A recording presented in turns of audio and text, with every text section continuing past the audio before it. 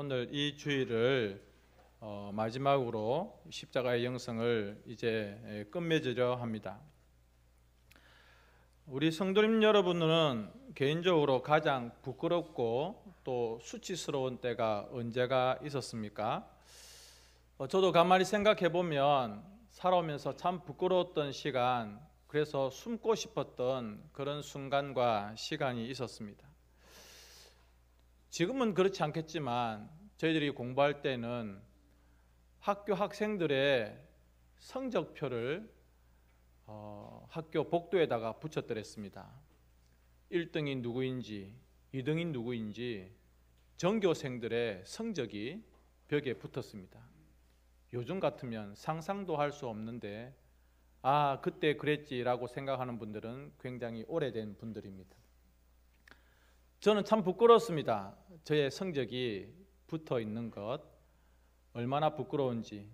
전교 학생들 가운데, 그 수많은 학생들 가운데 전교 20등 이런 거 참 부끄러웠습니다.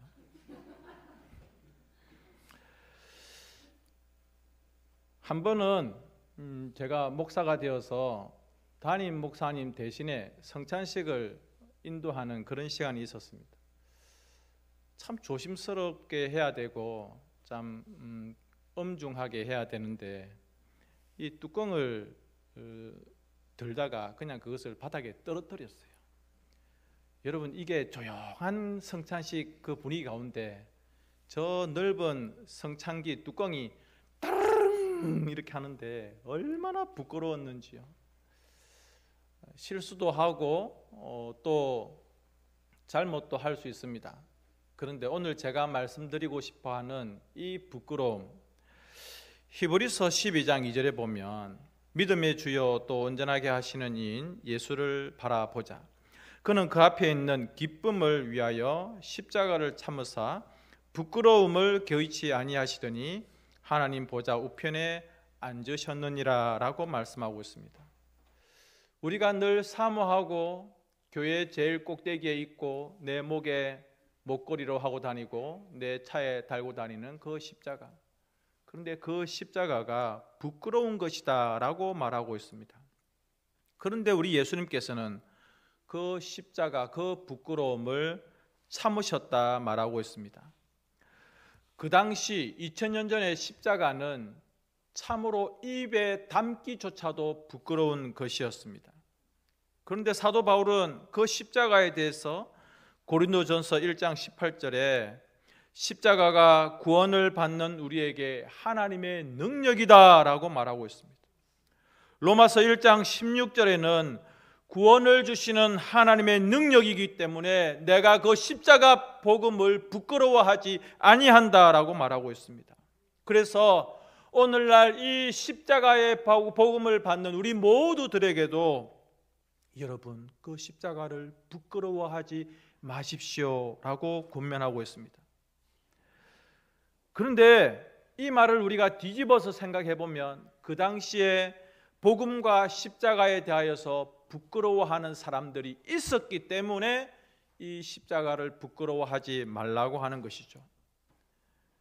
십자가는 가장 끔찍하고 고통스러운 사형 형틀이었습니다. 얼마나 잔혹했는지, 얼마나 끔찍했는지, 아무리 흉악한 죄를 지은 사람이라고 할지라도 그 사람이 로마 시민이기만 하면 그 사람은 십자가형을 받지 않았다는 것입니다. 로마 시민은 절대 십자가형으로 죽을 수가 없을 정도로 이 십자가는 너무 끔찍하고 무서웠던 형벌이었습니다. 그 당시 사람들은 이야기를 하다가도 내가 이 말하기 굉장히 죄송한데 십자가 이런 식으로 입에 담는 것조차도 불편해할 정도였고, 또 많은 사람들은 그 십자가가 굉장히 미련한 것이라고 생각을 하고 있었습니다. 그러나 오늘날 우리는 2000년 전부터 지금까지 계속해서 매일매일 매주일마다 십자가 앞으로 나아오고 있습니다. 그리고 찬양할 때도 십자가 앞으로 나아가자고 그렇게 찬양하고 있습니다. 왜 그렇습니까? 2000년이 지났으면 뭔가 중단되어야 되지 않겠습니까? 2000년이 지났으면 뭔가 색깔이 좀 퇴색해야 되지 않겠습니까? 그런데 2000년이 지났음에도 불구하고 우리는 이 십자가에 대해서 중단하지 아니하고 이 십자가에 대해서 나아가는 것을 끊임없이 사모하고 찬양하고 있다는 것이죠. 여러분, 요즘 이런 말들 혹시 들어보셨습니까? 죽어야 산다. 이순신 장군이 뭐 그런 이야기를 했습니까? 죽고자 하면 살 것이요, 살고자 하면 죽을 것이다. 저는 지금 뭐 전쟁 이야기, 임진왜란 이야기를 하는 게 아닙니다. 왜 성경에서는 죽어야 산다라고 이렇게 말을 합니까? 살려고 해야 사는 것 아니겠습니까? 죽으려고 하면 죽는 것이지 어떻게 죽어야 산다고 말을 하고 있습니까? 세상 사람들은 이 이야기를 전혀 이해할 수가 없고 알 수가 없습니다만 여기에 기독교의 진리가 숨어 있습니다. 우리가 찬송을 하지만 버려야 되고 내가 깨져야 되고 내가 죽어야 되고 내가 사라져야 되고 내가 낮아져야, 그래야 그 비워진 내 속에 주님의 신령한 은혜들이 채워지고 충만하게 된다는 것이죠. 도대체 내 속에 무엇을 채울 것입니까? 밥으로? 돈으로? 세상의 부귀 영화로 내 속을 채울 것입니까? 아닙니다. 자꾸 여러분의 속을, 내 속을 비워내십시오. 그리고 지워내시고 그리고 깨어버리고 부수십시오. 죽으십시오. 그렇게 해야 우리 주님의 영적인 은혜들이 내 속에 충만하게 채워지는 것입니다. 마태복음 8장에 보면 예수님께서 귀신 들린 사람들을 고치는 장면이 나옵니다. 병자들을 고치시고 귀신들을 쫓아내시는데 그 마태복음을 적던 이 마태라고 하는 제자가 구약에 나오는 이사야 선지자의 그 예언의 말씀을 기억하면서 이 성경을 기록하고 있는 것이죠. 이사야가 무슨 예언을 하고 있습니까? 그분은 메시아죠. 우리 예수님은 연약한 것을 담당하시고 병을 짊어지셨다, 그렇게 말합니다. 우리가 연약한데 그 연약함을 예수님이 대신 지셨고 우리가 아파야 되고 우리가 병들어야 되는데 그분이 그 모든 병을 짊어지셨다는 것이죠. 고린도후서 5장 21절에 보면 죄를 알지도 못하시는 예수님을 이야기하고 있습니다. 또한 고린도후서 8장 9절에 보면 부유하신 그분이 우리를 부유하게 하기 위해서 오히려 가난해지셨다라고 말하고 있습니다. 골로새서 3장 4절은 그분이 비참하게 되심으로 우리를 영광받게 하셨다고 말하고 있습니다. 갈라디아서 3장에는 나무에 달린 자가 저주를 받는데 그분이 나무에 달려서 저주를 대신 받았다 말씀하고 있고, 그 은혜로 말미암아 우리가 구원을 받는 이 놀라운 신비가 십자가에서, 그 나무에서 이루어졌다고 말씀하고 있습니다. 성도님 여러분, 오늘 우리가 읽었던 이 성경은 우리 자신들에 대해서 분명하게 깨닫게 해주고 있습니다. 본문 16절에 사람이 어렵게 되는 것은 율법의 행위로 말미암음이 아니요 오직 예수 그리스도를 믿음으로 말미암은 줄 알므로 우리도 그리스도 예수를 믿나니 이는 우리가 율법의 행위로서가 아니고 그리스도를 믿음으로써 의롭다함을 얻으려 함이라. 율법의 행위로서는 의롭다함을 얻을 육체가 없느니라 라고 우리에게 분명히 말하고 있습니다. 요약해 드리면 하나님과 우리 사이에는 도무지 우리의 힘으로는 감당할 수 없는 큰 벽이, 담벼락이 있었다는 것입니다.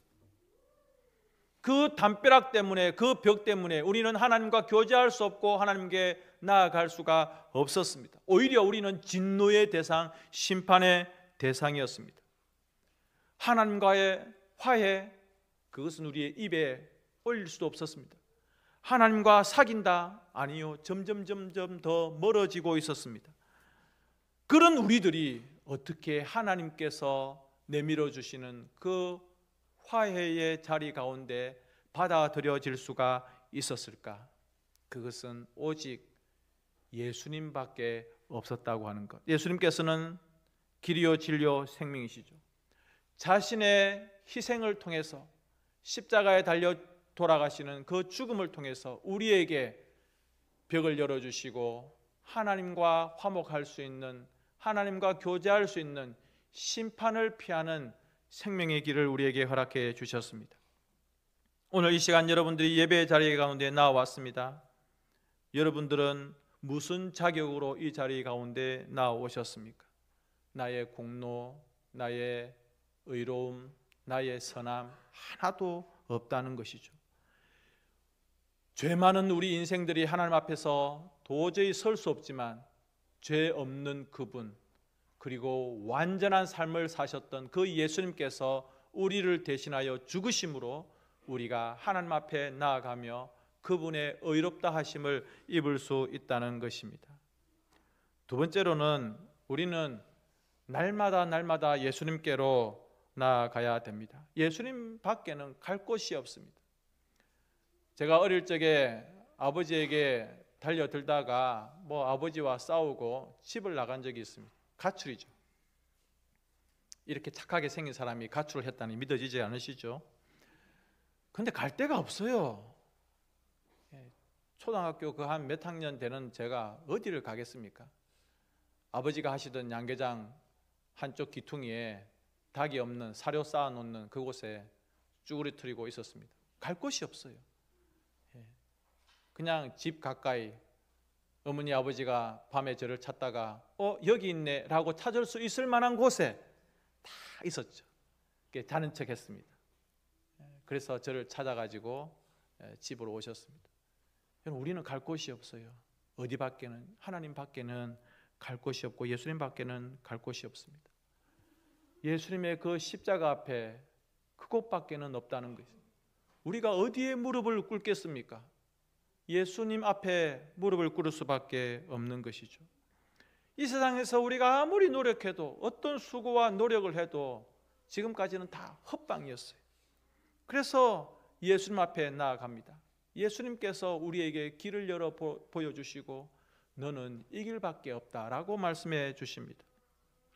20절 말씀을 같이 한번 읽어볼까요? 나중에 찬양도 할 건데요. 시작. 내가 그리스도와 함께 십자가에 못 박혔나니 그런즉 이제는 내가 사는 것이 아니요 오직 내 안에 그리스도께서 사시는 것이라. 이제 내가 육체 가운데 사는 것은 나를 사랑하사 나를 위하여 자기 자신을 버리신 하나님의 아들을 믿는 믿음 안에서 사는 것이라. 아멘. 여러분, 캄캄한 밤에 불을 하나, 스위치를 하나 켜면 선명하고 분명하게 방이 밝아지듯이 이게 분명하게 나의 눈에, 나의 마음에 보여야 되는 것입니다. 우리가 기도할 때 무슨 기도를 해야 될까요? 물론 우리가 지난번에 주여 살려 주옵소서 해가지고 여러 가지 주제를 가지고 기도를 했습니다마는 그것은 우리의 지금 형편이 죽게 되었기 때문에 우리를 살려달라고 하는 그런 기도 아닙니까? 마찬가지로 우리가 기도할 때마다 주여 나 좀 살려주이소라고 그렇게 기도하기보다는 주여 내가 죽어야 되겠습니다. 여러분 이거 오해하시면 안 됩니다. 여러분 이걸 잘못 오해하셔가지고 오늘부터 빨리 죽게 해달라고 기도하라는 건 아니고요. 내가 죽어야 내 안에 있는 이 못된 자들, 거듭나지 못한 이 못된 죄의 성품들이 죽어야 내가 살 수 있기 때문에 그렇습니다. 나를 막 높여달라고 그렇게 기도할 것이 아니라 하나님 나를 낮추어 주옵소서, 낮은 곳에 처하도록 해 주십시오. 내 뜻을 이루어 달라고 그렇게 기도할 것이 아니라 하나님 내 뜻을 꺾어 주십시오라고 기도해야 됩니다. 하나님 내 마음대로 내 원하는 대로 해주세요라고 기도하는 것이 아니라 하나님이 원하시는 그 길을 내가 갈 수 있게 해 주십시오. 그렇게 기도해야 됩니다. 쉽게 말하면 우리는 거꾸로 가야 되는 거예요. 아주 유명한 이야기인데요. 평생 술에 찌들어 살아가는 남편이 있었습니다. 늘 언제나 술에 취해서 집에 들어와가지고 냄새 팍팍 풍기면서 그렇게 집에 들어오는 남편. 그런데 그 남편을 구원하기 위하여서 기도하는 아내가 있었는데 그 남편에게 말해봐야 이거는 도무지 속이에 경일기죠. 그래서 술 먹고 들어오는, 그래서 그냥 엎어져서 자고 있는 그 남편을 보면서 그 남편이 신고 온 그 구두를 끌어안고 이 아내가 기도하는 거예요. 하나님 우리 남편 정신 차리고 이 술 먹고 들어온 이 구두, 이제 이 구두 신고 교회에 오게 해주세요라고 평생을 기도했다는 거예요. 하나님, 이 구두 신고 교회에 올 수 있게 해주십시오. 누가 들으면 말도 안 된다고 그렇게 하겠지만 정말 그 일이 있었습니다. 아내의 그 오랜 기도, 그 술 먹고 들어오는 남편의 그 냄새나는 구두를 끌어안고 평생을 기도했던 그 기도가 응답되어서 어느 날 남편이 그 구두 신고 교회를 왔다는 것이죠. 회개하고 하나님께로 돌아왔다는 것이죠. 세 번째로, 거꾸로 사는 것, 이게 우리의 삶이 되어야 되겠습니다. 세상을 살다 보면, 또 신앙생활을 하다 보면 화가 날 때가 많이 있고 입에서 투덜투덜 할 때가 참 많은 것 같습니다. 그러나 여러분, 우리 그리스도인들은 거꾸로 사는 자들입니다. 살아있는 물고기가 물을 따라 지나가든가요, 물을 거슬러 올라가든가요, 우리는 거꾸로 살아가는 사람들입니다. 더 잘 섬기시고 더 착하게 살고, 없는 것 불평하지 마시고, 그 없는 것에 오히려 예수님의 사랑으로 채워가는 것, 그렇게 거꾸로 살아가는 것이 우리의 삶이 되어야 되겠습니다. 이런 찬양의 가사를 마지막으로 나누어 드리고 싶습니다. 이 찬송의 가사는 거꾸로 사는 것이 뭔지를 이야기해 주고 있습니다. 삶의 작은 일에도 그 마음을 알기 원하네. 그 길, 그 좁은 길로 가기 원해. 누가 좁은 길 좋아합니까? 그런데 좁은 길로 가자는 거예요. 나의 작음을 알고 그분의 크심을 알며 소망, 그 깊은 길로 가기 원하네. 저 높이 솟은 산이 되기보다는 오름직한 동산이 되기를 원하고, 내 길만 비추기보다는 다른 사람의 길을 비추어 주는 것, 내가 늘 노래해왔고 내가 늘 말해왔던 것처럼 그렇게 살기를, 그렇게 죽기를, 삶의 작은 부분이라도 그분을 닮기 원하네. 사랑, 그 길로 가길 원하네. 사랑하는 우리 성도님 여러분, 살기를 원하십니까? 그러면 십자가에서 내가 죽어야 됩니다.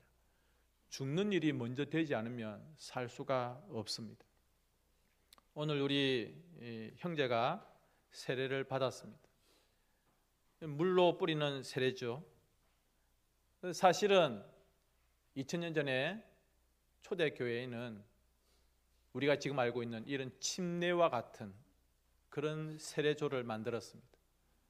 목사님이 그 성도와 함께 물 속으로, 물이 고여있는 큰 세례조로 들어갑니다. 그리고 사람을 완전히 담그어 버립니다. 무슨 뜻입니까? 나는 죽었다는 거죠. 그리고 나서 올라옵니다. 이제 살았다는 거죠. 성도님 여러분, 이걸 우리는 기독교의 역설이라고 이야기합니다. 말이 안 되는데 이게 진리입니다. 내가 죽어야 그리스도가 살고, 내가 죽어야 내가 살 수 있습니다. 거꾸로 살아가는 삶을 살아가십시다. 거기에 생명의 길이 있습니다. 거기에 은혜가 있습니다. 이러한 축복을 모두 누리시는 우리 복된 옥산의 가족들 되시기를 주님의 이름으로 축복합니다. 함께